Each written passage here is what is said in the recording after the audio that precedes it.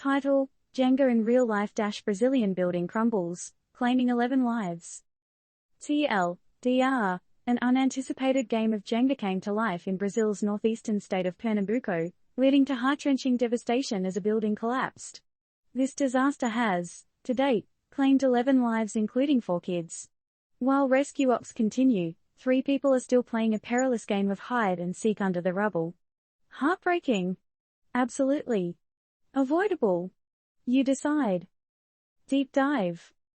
Last Friday, a Brazilian building decided to imitate a house of cards, collapsing in the Jenga neighborhood on the outskirts of Recife, Pernambuco's state capital. The grim game of Jenga claimed 11 lives, including 4 children. The kids aged 5, 8, 12, and 16, and a 19-year-old were amongst those pulled from the debris. So, think about it. Can a game of real-life Jenga ever be fun when it's played with concrete blocks and human lives? 3 survivors have been pulled from the building's ruins so far, but their victory against death was short-lived for one, who succumbed to injuries later at the hospital. Imagine, one moment you're breathing a sigh of relief, and the next. Rescue operations, as unrelenting as the human spirit, are still ongoing at the Conjunto Beira-Mar building, with 2 more children and another person yet to be found. Firefighters, public safety teams, and my grandma's cat Whiskers are all hands on deck, working tirelessly to aid in the operation. The reason behind the collapse? A big question mark there. But we do know one thing: buildings don't just decide to drop it like it's hot without some serious issues at play. So, could this disaster have been avoided if someone had paid a little more attention to that crack on the wall, the creaking floor, or those peeling paints that scream, "Hey, I need help"?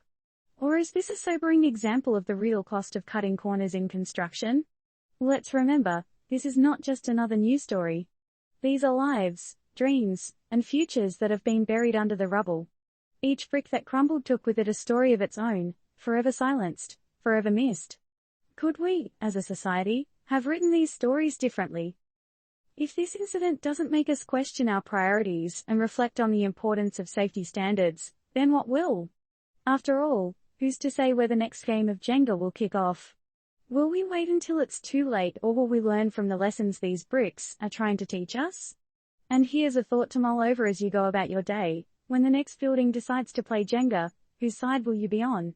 Will you be the one who brushed off the warning signs, or the one who stood up and made a difference? What's your move going to be? Disclaimer: this story does not constitute legal or safety advice. Always consult with a certified expert when it comes to matters of safety and building regulations.